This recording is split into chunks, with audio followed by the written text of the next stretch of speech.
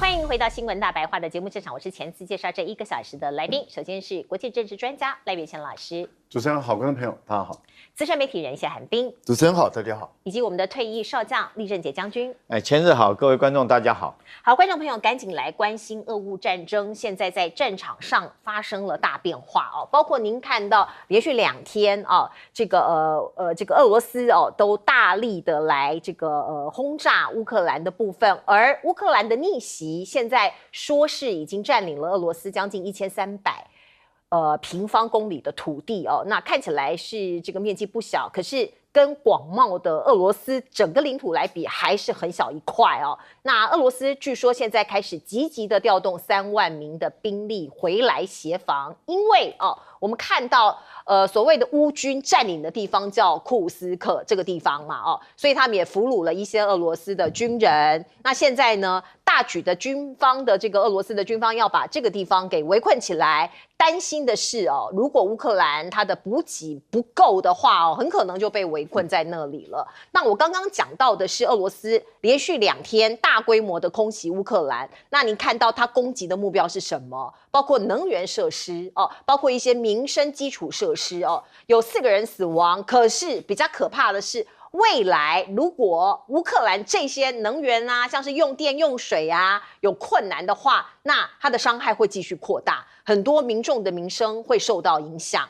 那乌克兰现在说是有一个秘密武器叫做圆面包的无人机这个外号叫圆面包啦它是一款无人机，据说它的打击范围可以涵盖到俄罗斯24座军机场，要去那边进行一些轰炸，进行一些偷袭。那另外在乌东的战线呢，乌克兰包括看起来已经被打得有一点点无力招架了，俄罗斯持续在猛攻。那乌克兰，那当然他们的这个深入的一个孤军猛攻的地方，占领的地方叫库斯克，刚刚我们都说了。那我们看到俄罗斯的反制的一个行动是什么呢？他们高炮防空塔就是为了要对付乌克兰他发动的无人机的攻势。而另外我们看到俄罗斯的外交部部长拉夫罗夫就讲了如果你西方持续来做一些支援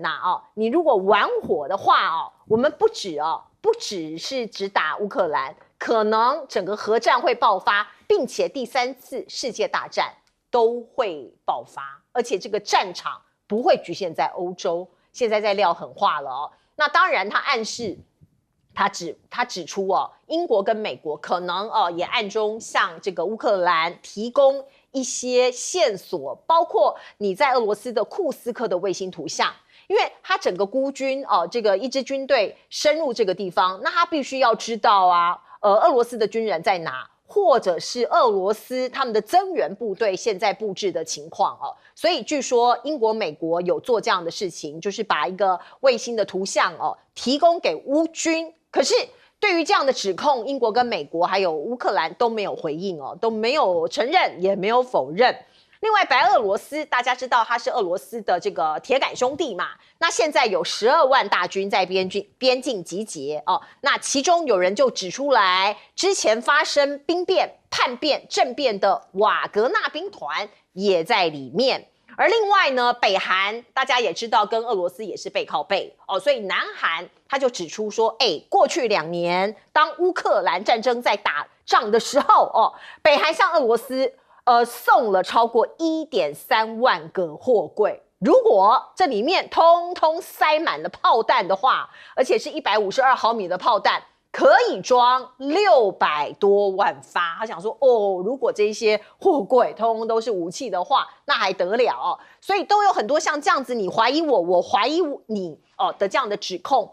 可是呢，我们看到前线的乌军，我们刚刚讲的这一支所谓的精锐部队进入乌克兰进入俄罗斯的部队他们在这个库斯克。可是现在呢，大家会担心说雨季要来了，天气变冷了，如果你的补给线你的后勤补给没有办法真的到前线的话，那可能会成为一大问题，到时候整个被歼灭，有这样子的可能性哦，我们看到包括泽伦斯基现在好像底气很足，他很有信心哦。他对媒体，他对西方喊话说，我们跟俄罗斯的战争最终将通过对话结束。可是在此之前，我们基辅，我们乌克兰必须处于强势的地位，我们才有谈判的筹码。所以他把一支部队丢进去这个俄罗斯，就是这样的这个一个用意。这是他胜利计划的第一步。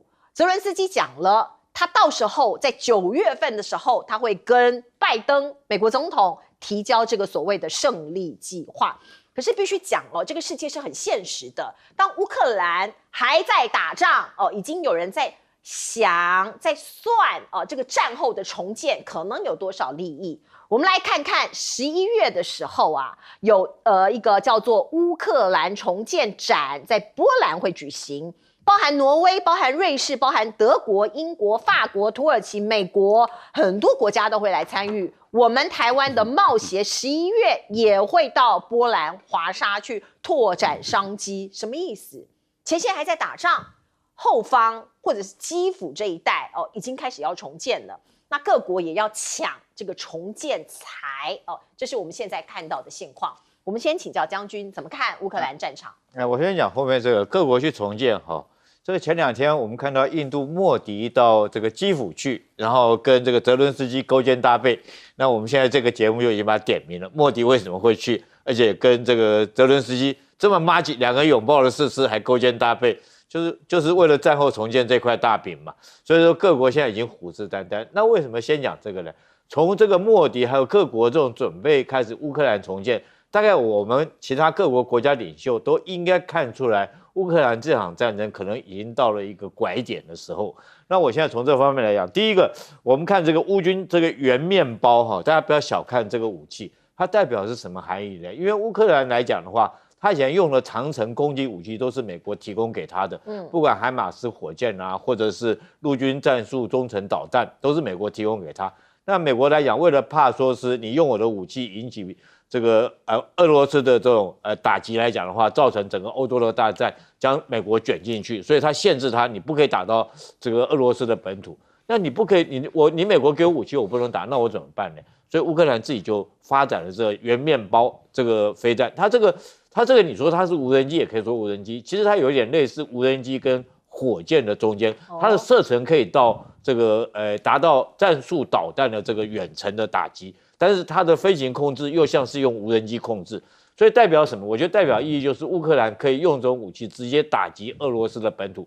那问题就来了，如果说俄罗斯的本土重要的一些后勤或者是重要一些政经中心，尤其是说如果说万一这个飞弹打到莫斯科来讲的话，那俄罗斯会不会展开更严厉的报复行动？所以不要小看这个圆面包，我觉得这圆面包代表的是说，可能这场战争会不会扩大那现在来讲的话，我觉得俄罗斯来讲的话，我们前2天看到展开很激烈的这种攻击一个原因就是他要打你的 F-16战机这个因为 F-16战机不管怎么样，在目前来讲，各国来讲，它4代半的战机，虽然说是给他的是 F-16AB 老旧型的，但是不可讳言的，对俄罗斯来讲的威胁性还是很大。所以说，在这个时候，俄罗斯会展开很大的一波反击。这波反击当然是我们都认为是针对库尔斯克被攻占来实施报复的一个行动。但是俄罗斯到现在为止，所有报复行动以这次最大。在俄乌战争开战以来，他总共展开过3次报复行动。上次是他今年的3月份，别尔哥罗德州被打击的时候，他总共射击了80几枚的飞弹去打这个基辅，打这个乌克兰的本土，但这次他用了100多枚的导弹，可见这是一次是报复性非常强烈的一次的一个反击行动。那接下来我们看他打的是什么目标？第一个，他打的是利沃夫的这个燃气能源储存厂。可能我们现在来讲只是说，不过就是一个能源厂嘛。你知道这个能源厂它储存了多少的天然气吗？1700亿立方公尺。它这个能源厂是全欧洲最大的一个能源设施，它储存在什么地方呢？那我们都没有看到说怎么大爆炸或干什么，因为它储存在地下，所以储存在地下40公尺深。是它储存的除了可以供乌克兰全国的使用之外，它还帮欧洲储存，所以说这场攻击的意味非常的浓厚。冬天快到了，你乌克兰老百姓还不要过日子。那虽然说我没有打到你地下，没有引起那种整个殉爆大爆炸，可是你地面上面的管线全部把你炸掉。在这种状况之下，你要重建要花很长的时间。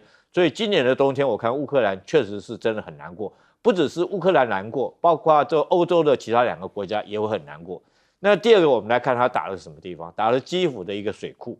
我们目前讲说打水库，但是我觉得打这个水库学问很大，因为你要知道这个水库的面积有900多平方公里，然后它面积甚至于比基辅还大。那基辅当地人称这个水库叫做什么？叫做基辅海，他用海来形容。所以你看它容量多大。那万一这个水库一旦这个溃堤的话，那第一个当然是造成下游的所有泛滥，基辅第一个城市整个城市会淹掉。所以这是很。那第二个来讲，你知道这个水库还有更严重的问题，它比核子弹还严重。为什么？因为车诺比我们都知道，车诺比核电厂就在旁边。然后车诺比当初核电的时候，很多的这种淤泥啊都被带到这个湖沉在下面。那如果这个水库被炸掉之后，这些污泥流出来，这些污泥的当初那个放射线的这个污泥还在里面。那是不是整个基辅地区、整个下游地区都会被核污染？是，所以非常的严重。那这次来讲，我们看到这个镜头哈，你看，其实我特别要说，这个俄罗斯你说他打不准，其实打得非常的准。怎么讲他打得？我就是打你湖面，我没有打你那个水坝，因为我就是在警告你北约跟你乌克兰国家，你们不要动我的这种核电厂。你如果动我核电厂，我就打你这个水库。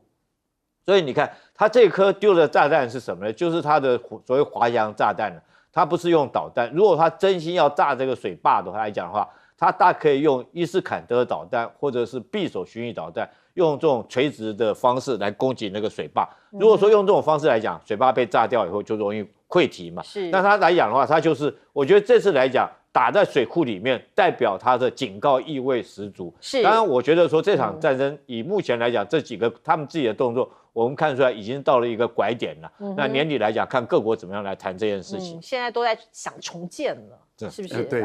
都在抢重建，对，所以泽连斯基说，跟俄罗斯的战争最终要通过对话来结束。那这个就是用谈判的、用和谈的方法来结束这场战争。但是对泽连斯基来讲，他希望我是站在优势的地位，有利于我的谈判的筹码，对，我可以谈得更好。所以他又希望说，北约的，尤其是美国，那么放开他的手脚，让他可以尽情的挥洒，也就是使用你北约所提供的武器。像 F-16的战机啦，或者是这种陆基的这种导弹去攻击俄罗斯的境内，然后呢，或者是让它能够使用它的更远程的导弹，就是圆头面包型的这个无人机去攻击它的境内。那他认为这样子他可以获得很好的一个战场的一个优势，所以他希望9月份的时候到了美国去跟2位候选人来做密报简报他的这个作战的计划。他称之为胜利计划。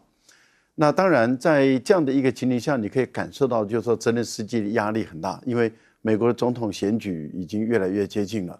到了11月，如果是川普赢的话，那对于泽连斯基是非常不利。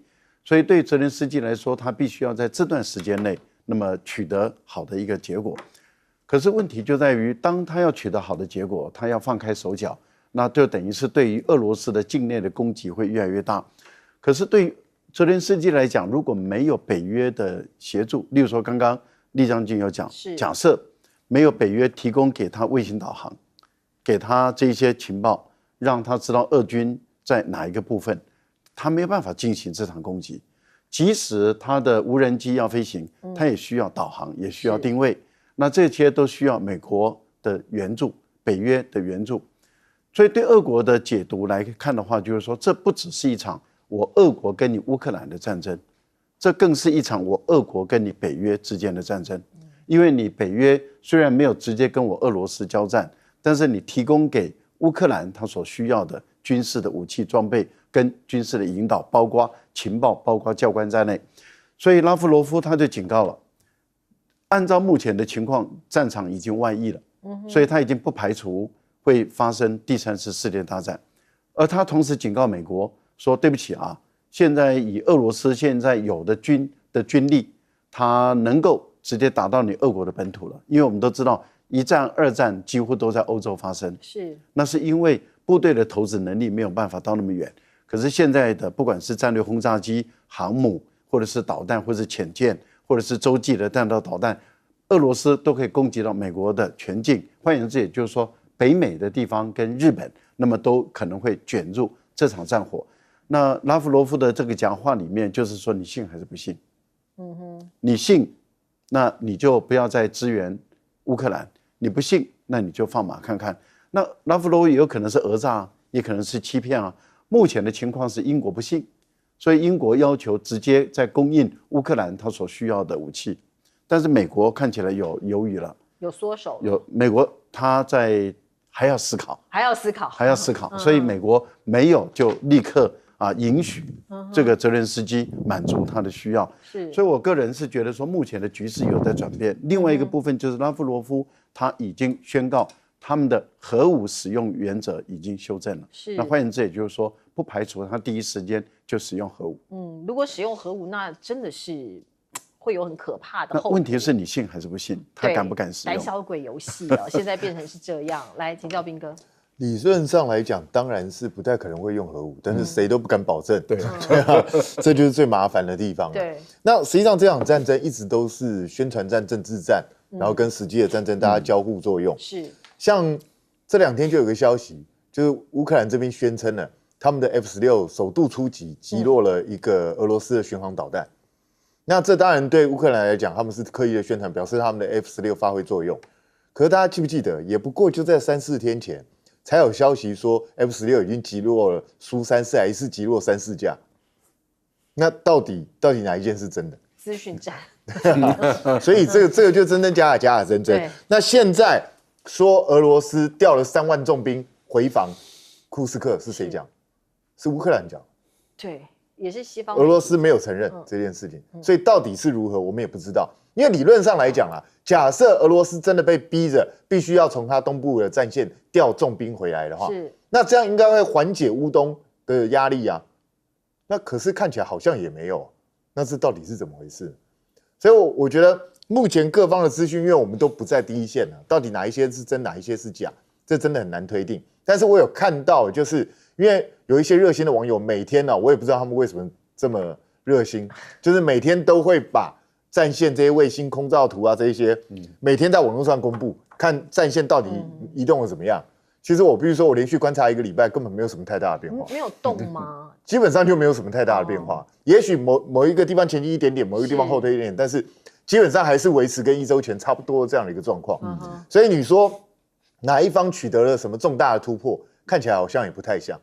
所以我个人是觉得这一些，当然也许乌克兰获得了某一些进展，那可是在某一些地方，他大概也在虚张声势。特别在这个时候提出所谓的胜利4步骤，我觉得这个未免就是有点太过唬人了啦。因为讲实在话就是你要如何在这场战争中取得优势的地位。因为你要知道，假设乌克兰到最后能够在跟俄罗斯的谈判中取得优势地位，那代表俄罗斯要败得很惨。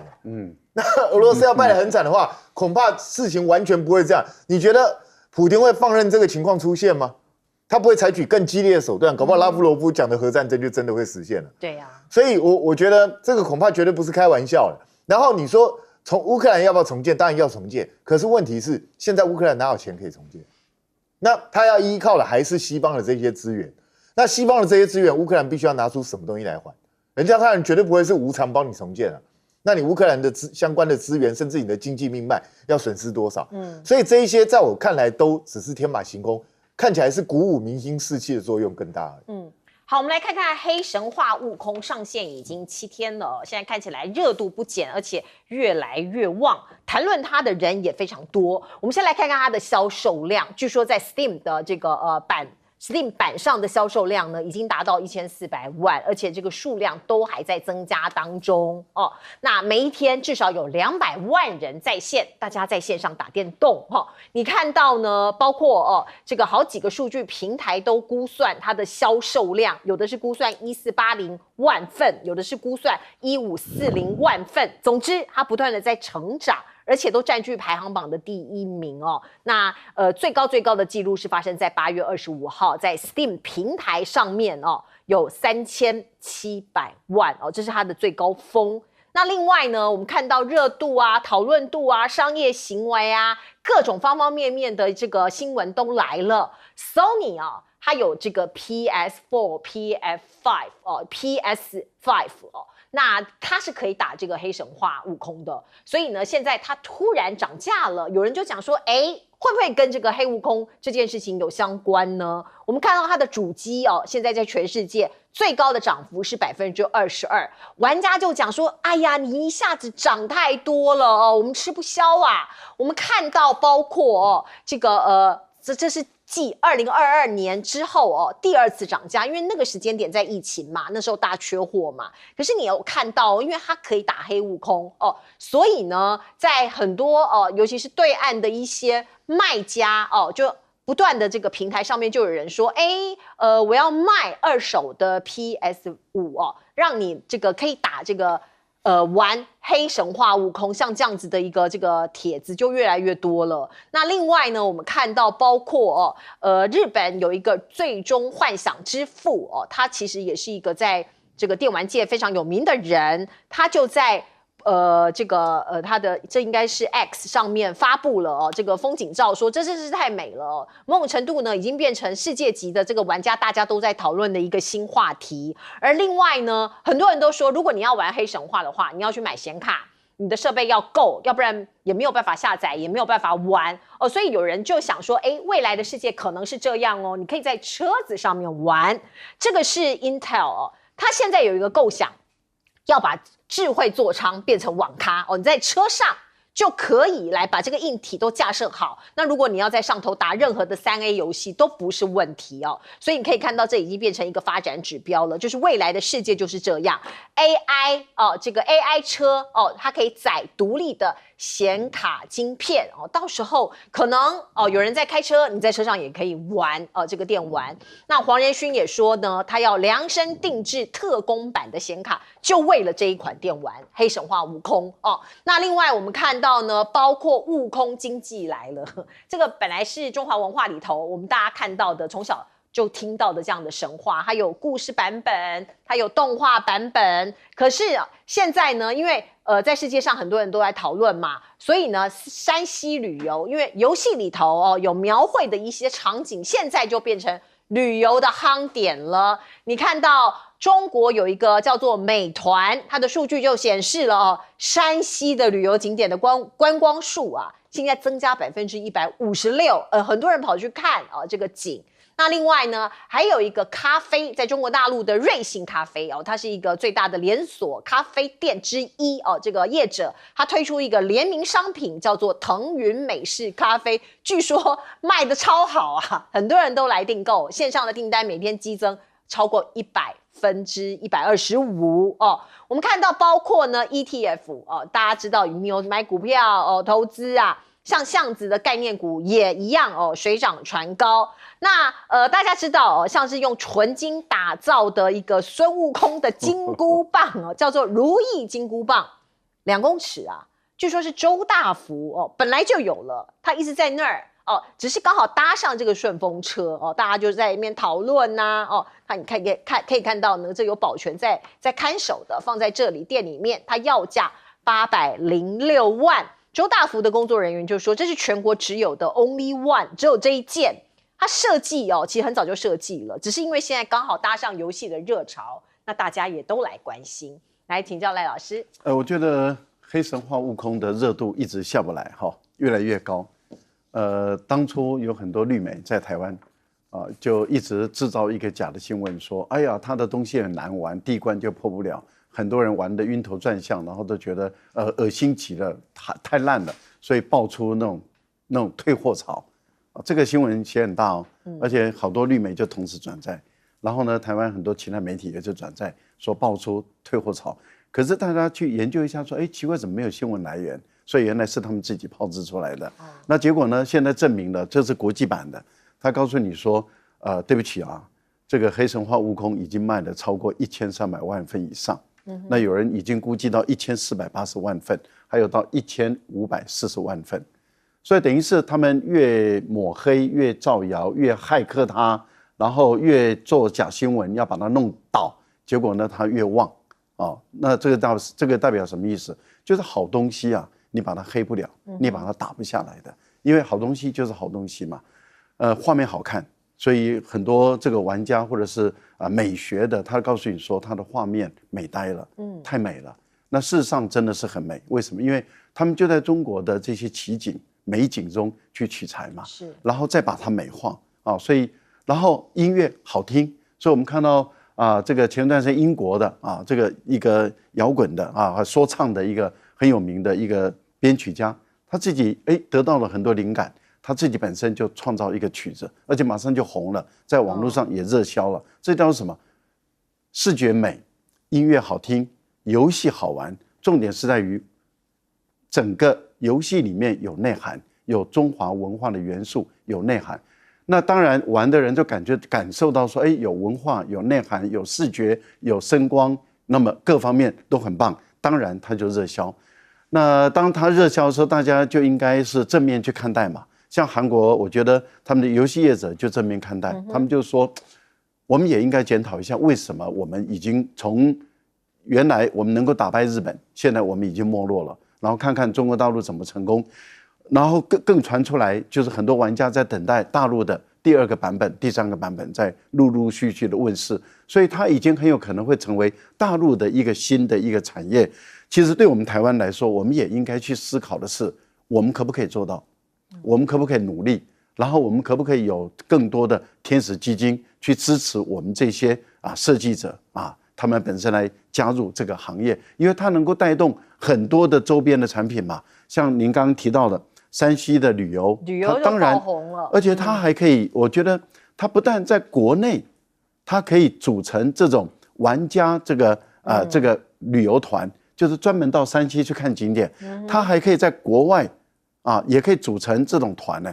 例如说，他可以在美国，在很多地方喜欢玩这个人，他的旅行社就可以把这个变成一个商品，然后呢，组团到中国大陆来，到山西去看景点，就像偶像剧一样嘛，就踩点嘛，大家来看说，然后去看说，原来这个导演他的角度是这样看的，我们在这边看到的是这样，然后他原来是实景是这样，然后创作者他把它改编成为什么样。你想想看，这个我们都可以得到很多的成长，而且也可以一方面得到旅游，那另外一方面大陆也刚好搭上这班车，为什么呢？因为之前他们就提出很多的过境免签、24小时免签、48小时免签，他们很多的免签的政策推出来以后，刚好那个中国旅游热就旺起来了嘛，因为已经成长了100%或者200、300到400倍了，那也就是说已经成长了4倍。那刚好就搭这个热潮，我觉得很多商家、很多有观念的人，他们都可以利用这个机会来赚钱。我觉得台湾也是一样嘛，对了，好好利用这个机会赚钱，是不要在那边打压、唱衰，心里面酸葡萄，没有必要的。不用吃味不要吃味。好，来请教彬哥。我非常感谢 Sony 因为我本来这几天正在考虑要不要买 PS5。结果它涨价太好，我不买。可是台湾好像还没涨对啊，台湾可能还没涨。对啊，但是因为如果它现在这一批要涨价的话，那我可能等，因为它新一代也快出来了。对。那我干脆等它新一代出来再买对。所以彬哥，你买这个是打算要玩黑神话吗？一方面玩黑神话，另外一方面我也想玩别的东西啊，因为我也太久没有玩这些东西了。那想说偶尔接触一下也不错。那现在刚好。谢谢你，给自己找到一个好理由，可以不用买。其实说真的，买这个，你如果用 PS5， 你还要跨区，其实有点麻烦。对啊，它也不是像 Steam 可以直接这样接上去那对这个游戏，其实真的很多人都在，因为这样子促成了一个电脑的大升级的大人在。对啊，买好多东西。我最近因为我看我好几个连友，他们最近在干什么，你知道吗？再说我电脑10年没更新了，正好趁这个机会趁机更新。对，就比如说换独显或者换 CPU 换什么，我看他一直在换，这对台湾的经济发展也有帮助。对啊，我觉得也 OK 啊。那你看，人家黄仁勋都看到这个商机，就想说，我赶快推出一个适合的东西。本来商人就是这样子嘛，我趁市场上流行什么，大家在哄抬什么，我就趁机来赚一波。本来不是这样，所以我们台湾也是这样子啊。对啊，这很正常嘛。那我其实必须说，一开始前2-3天真的看到一大堆酸言酸语，可是这2-3天我慢慢发觉，很多人开始愿意比较正面的去看待。为什么？因为就像刚刚赖老师讲的，你酸不下去了嘛，你酸再多有什么用？因为人家就是卖得好，对啊，人家就是很多人愿意玩嘛。所以在这种状况下，我开始看到一个很好的现象，就是很多人开始比较理性的讨论了，就是台湾到底能不能现阶段能不能做到这个东西？我们要付出什么样的一个代价？那它到底是不是适合台湾发展？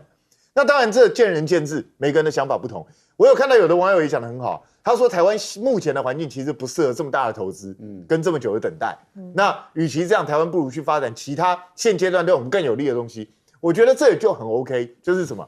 就是本来就是不要去把自己的短处去比人家的长处嘛，要尽量去发挥自己的长处嘛。所以我觉得如果说好，我这一块我自认为我自己没有办法去跟你拼过，那我就去拼其他，搞不好在其他地方发展得更好。实际上，我有看到一些大陆的网友参与讨论，他们也会说，但游戏的事情我不是很懂。他说，游戏有一些地方也是台湾有优势的地方，你们台湾人也不用一定局限在说，好，你大陆有一个3A 游戏，我一定要做出一个3A 游戏来跟你拼。其实也未必一定要去这样子针锋相对，就大家各自去做对各自比较好的事情。那老实讲啦，也不只是大陆的 ETF 因为这样子起来，其实台湾你看这几天吧，大概1个礼拜，相关概念股也都涨啊，都在涨。所以我觉得这个就是带动一个商机，在我们的现在的这个世界，就是你不断的要为这一个社会注入活水，对，这个社会才会有动力。那同样的，今天不要看黑神话悟空，我觉得没什么好眼红的。其实过2天，搞不好我们台湾人也做出一个什么东西出来，也带动了全世界的风气。我们应该要用这个角度去思考，我觉得对台湾来讲才是正向。不需要靠贬低对方来增加自己的自信了。大家应该要公平一起平等竞争。好，来将军。第一个，大家现在当然带动这个商机，大家都看到这个悟空神话的制作单位来讲获得一个成功。可是他们之前背后总共花了6年的时间来设计，也下了很大的成本。其实这个赌注是蛮大的。当然这种就像是一场电影一样，好莱坞我们知道有时候制作成本很大，但是我们经常听到有一句话叫做叫好不叫座，对不对哈？是很好的剧情，很好的编剧，很好的演员，但是最后来讲，它卖的效果不好。其实这个投资也是很大的。那我觉得它为什么会成功呢？那当然有很多原因啦。我们把它定位为3A， 也就是它花的时间、花的精力、花的经费来讲的话，预算来讲都非常大。那当然，它带动了一波，不管从咖啡到这个电脑的设备、周边设施的产品，甚至于3C的礼物都整个带动起来。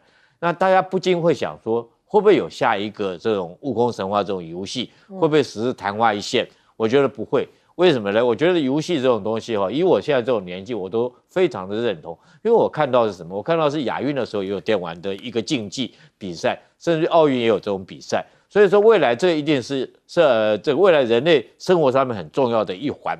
你知道玩这种游戏最大一个满足人类心理，就是说我本人我到不了。可是我可以身临其境去做那种感觉，就像这是悟空神话，大家经常批评他一句，我觉得反而是表扬他。哪一句话呢？就是说你会晕，对，玩了会晕。其实会晕代表什么？代表说你很投入他那个很身临其境你才会晕。因为我做过那种飞机的这种战斗机的模拟驾驶舱你到那驾驶舱周边是这个也是绿幕，但是它打出来的那荧幕让你感觉到你就在飞行，然后飞机在天空翻啊转啊，你会有那种感觉。下来以后，其实我们事实上人是坐在那里，但是下来以后也一样会晕。有一些这个比较这个敏感的人体质来讲，他下来以后他也会吐。其实那是一种身临其境的感觉。那这次我觉得反而他会玩完之后会有晕的那种感觉，代表他设计的效果会让你身临其境，那就让我很感动了。后续来讲，会不会人类为了满足，说是我利用这个空间，就像是这个汽车一样 ，Intel 有打造这种3D 的座舱一样，它将来就不只是3A 不只是一个萤幕，我觉得可能是上下左右都有这萤幕，让你坐在那里面。譬如说，会不会未来有星际战争，让你那种感受到太空之中的那种感觉，或者是到海底去冒险的那种感觉？我觉得这是很好的一个这种发展的契机啦。那以前韩国因为电影带动整个韩国的产业，那我相信中国这次来讲的话，它带动这种产业，欧美国家就没有理由再讲它产能过剩了，因为这种游戏嘛，大家都可以玩，也不会有谁跟谁竞争。那我们台湾要去思考，我们台湾有没有什么产业可以当做我们一个火车头？是没错，未来其实都是虚拟的世界了，大家都在家里面打电动就好了，也不要真的有战争了哦，像现在一样。我们来看看呢，现在美国的国家安全顾问苏利文正在北京访问哦，请导播让我们看看现场的画面。他跟王毅见了面哦，两个人握手哦。王毅说，中美关系攸关两国，牵动全世界哦。虽然过去有波折，可是未来哦，希望能够真正实现稳定发展。而另外，您也看到了，包括苏利文，他说双方中美双方会讨论需要有效和实质管理的共识分歧哦。两个人其实呢都带着各自的代表团哦，您可以看到呢，分坐画面的左右两边，要进行实际的沟通跟讨论。我们看到苏利文他说会触及台海议题，因为我们台湾还是关心台海或是两岸的安全。他说会触及。那中国大陆的中央的媒体是说希望美国遵守一中的原则哦。那中美关系的指标他们会谈什么哦？那外界当然有很多的看法，记者只能拍像这样子的画面，其实内容实质的会议是排除媒体在里头的。那另外呢，外界都说一定会触及南海的问题，因为南海在过去一段时间必须讲有很多的冲突，或是濒临冲突的边缘。像你看到路透社今天有一则报道，说是引用我们台湾的军方数据，讲的是去年2023年中国大陆在西太平洋的演习就砸了4900亿台币，这个钱等于是台湾去年一整年85%的军事预算哦。我们看到他怎么算的哦，他说包括空军任务啊，包括燃料啊、消耗品啊、保养啊、维修啊、薪资，你要给这些军人钱嘛，高达1100亿人民币，大概就是台币将近500亿哦，就是我们几乎等于全年的军事预算的85%哦，很高的一笔钱，可是却占对岸的这个国防支出啊，大概7%。那当然大国跟我们的这个国防的预算其实不能比的哦。那另外我们再来看看南海，我刚刚讲这个风暴或者是冲突那我们看到菲律宾指控谁呢？指控中国，说你中国的船舰直击集结破了160艘，它是怎么样算的呢？我们来看看是过去的一个礼拜就是8月20号到26号，菲律宾说你中国有16艘的海警船、18艘的军舰出现在南海，我们菲律宾国家周边的海域如果它加了什么？它加了这些民兵兵船，还有这个所谓的这个科研船他说民兵船、科研船都算进去，加起来就是163艘。尤其是在这个鲜滨礁附近我们可以看到这个地图，菲律宾在这嘛鲜滨礁在这个点上，他们认为中国的船只刻意在这个鲜滨礁的周围集结，而且增加到53艘所以提出了一些控诉，并且菲律宾的国防部部长还讲说，中国是这个区域的最大和平破坏者那中国大陆外交部当然立刻有回应，包括林健他就说督促菲方不要再上演颠倒黑白、倒打一耙的拙劣戏码，这是中国大陆外交部的发言人的一个回应。那我们看到美国的印太司令帕帕罗他就讲我们美军现在因为中国大陆或者是说我们根据这个美菲的共同防御条例我们必须要护送菲律宾的船舰因为他们去补给的时候经常被中国的船舰给干扰，所以呢这是合理的选项都在共同防御条约之内，属于双方紧密联盟关系中的一个部分。那另外你可以看到呢包括解放军前天被日本指控说侵犯日本的领空那当然日本人必须讲他们其实非常紧张，然后呢也发动了各种的舆论，还有包括外交上面的谴责。日本防卫相木原忍针对中国这一架运9侦察机侵犯日本领空的事情，他不断强调说这是对日本主权的严重侵犯，完完全全没有办法接受可是我们大家知道过去日本跟中国有一个军事的热线，现在还畅通吗？我们就要问的是不是还畅通呢？我们可以回推到去年的5月，当时其实他们有沟通过一次那个时候日本的这个防卫相叫做滨田敬一，他跟中国当时的国防部部长李尚福有进行了一个20分钟左右的磋商。它后来到底有没有使用，我们现在看起来是不知道哦，因为双方都没有公布。林健也为了这一次所谓的入侵事件做了发言，他说有关部门正在了解核实相关的情况，中方无意侵入任何国家的领空。这个是来自于中国外交部的一个发言回应。先谈一下日本的领空的问题日本忘了7月4号，就是在上个月7月4号，中国大陆在千汤江口实施2天的实弹射击。而当时日本的2月号导弹护卫舰就进入了浙江中国的领海20公里的地方，而且走了20分钟，被驱赶了以后才走，20分钟。而这架战机也不过就进去2分钟，那20分钟跟2分钟，日本还欠中国大陆18分钟所以日本的领空他觉得被侵犯了，那么叫了半天。但是中国大陆在上个月要求日本回答，日本到目前为止说因为技术上的缘故所以误入了中国的领海20分钟。日本要怎么解释我也不知道。印太司令讲的这句话其实他有前提，他说要经过双方的政治协商，那双方的也就是美国跟菲律宾的政治协商之后他才开始执行。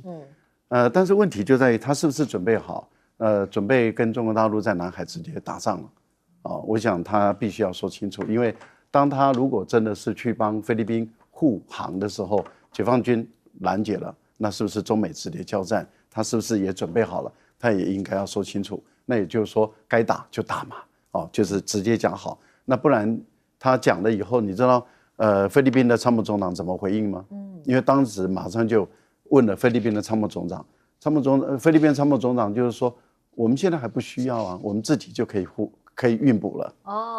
那就等于是帮他解套了。是说我们现在不需要他，但是如果我运补不成功，我再请他，然后再请日本其他的8国联军来帮忙这个就是他们在玩的这一套。但问题就在于，他到时候美国敢来吗？美国如果不敢来，他这脸丢大了。美国如果来了，那中美直接交战，那这个戏就好看了。大家也在看南海之间的问题。好，苏利文到中国大陆去整整3天，27、28、29 3天，所以谈得很长。这代表什么？中美之间有太多的东西要谈了。可是能不能谈出结果，我在这边预估没有，不可能。也就是说，苏利文要谈的目的是要扩大分歧。要扩大分歧，然后他的最终的目的是我的分歧到不要打起来，这就是苏利文的目的。那也就是说到不打为止所以他要去探中国的底线在哪里。中国的目的，大陆的目的是希望你这一届政府快结束了，看能不能你帮下一届政府铺一个比较好的路，所以是要缩小分歧。美国是要扩大分歧，大陆是要缩小分歧，你觉得谁会让谁？都不会让的。所以最终结果是不会有好的结果出现。好，我们进一下广告。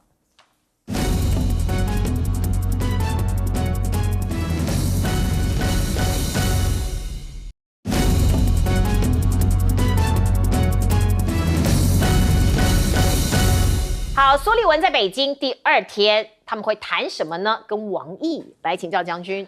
我特别说这是苏利文到中国北京是访问，当然在外交上的辞令上面，他是应王毅的邀请。但是我们都知道，这个苏利文来讲的话，他现在这段时间可以说是垃圾时间了也等于说是看守内阁的形态。当然，他跟拜登做不了重大的一个决定，那他为什么还要去？我觉得第一个，就中国来讲的话，王毅来讲，他希望跟美国来讲还是保持一个战略沟通一个管道，也就是说，后续来讲，不管是谁当选美国总统来讲的话，这个战略沟通管道毕竟不能断掉，因为中美2国是2个大的国家，关系到整个全球的每一个国家安全上的问题，所以说这个战略沟通管道是不能断掉。所以中国来讲，还是邀请苏利文来，这是第一个。我觉得你站在制高点来看的话，有这个目标。那但是我觉得这次来讲，苏利文要去的话，当然骨子里面当然是有求于中国。那最重要一个核心，他求中国什么呢？我们不可讳言，那就是拜登的选举，民主党的选举。他希望中国在这个时候，然后在选举之前，然后中国能够协助他，不管在俄乌战争方面，或中东以色列跟伊朗的问题，还有南海的问题，还有这个台海的问题，都在这个时候能够稳定下来，不要在这方面。在拜登要选举之前出了一些大的状况，因为他更希望说是在中国协助之下，能够让俄乌战争不要说是谁打赢了，最起码这时候不要分出胜负来。那以阿那边也不要产生大的冲突。那南海这边来讲的话，他也不希望这边发生重大事情，所以我觉得这是有求于中国。但是很糟糕的，我认为苏利文来这边之前做了很多的动作啊，很多的小动作，也就是说，我们换句话说，有点给中国下马威。第一件事情我们看到的是什么？就是这个他去加拿大。他去加拿大以后，加拿大立刻宣布对中国的汽车关税征收100%的关税。那你说是不是在经贸上面他对中国做这个下马威？当然我们知道，加拿大征收100%的关税，伤到的是特斯拉了，因为卖到加拿大的电动汽车都是特斯拉的嘛，不是中国品牌，而且数量也不是很多。但是你做这个动作，第二个就是这时候很快的，我们看到什么？就是月底啊，这个月底很可能就是美国对中国的301贸易制裁的这个最终的决定就要决定了。那你有没有这种带着我后面带着一个威胁的程度去跟中国谈这个问题？那再来我们再讲，在经贸上面来讲的话，他这时候居然宣布了有39个中国的企业对他做实体的制裁。那我觉得苏利文你这次来的话，你在之前你就做这些动作。那当然我们不要讲说军事上面，你甚至于在这时候要跟印尼实施一个扩大的一个军演，跟韩国也实施双龙演习。所以我觉得苏利文你这次要来，你后面来讲你根本就没有诚意跟中国来谈。好，我们先听一下广告。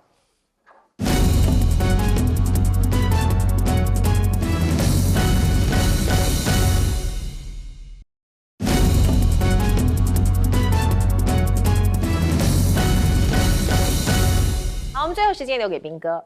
对，现在当然中国大陆每年在西太平洋这个地方统计出来花费1100亿人民币，听起来好像很高，说占了它的整个费用的7%。其实我老实讲，我个人觉得这是非常低的预算，很低呀，当然很低啊。请问一下，在西太平洋这边有几个国家有舰队？美国第7舰队是不是就在这个地方？美国第1舰队，你以为一年只要花1100亿人民币吗？我告诉你，绝对不止。然后日本要不要花钱？我们台湾要不要花钱？要。菲律宾也要花钱，越南也要花钱。那中国大陆在西太平洋，它几乎就是东海、南海、台湾海峡，然后渤海、黄海全部加起来，它才花1100亿人民币，我觉得很省。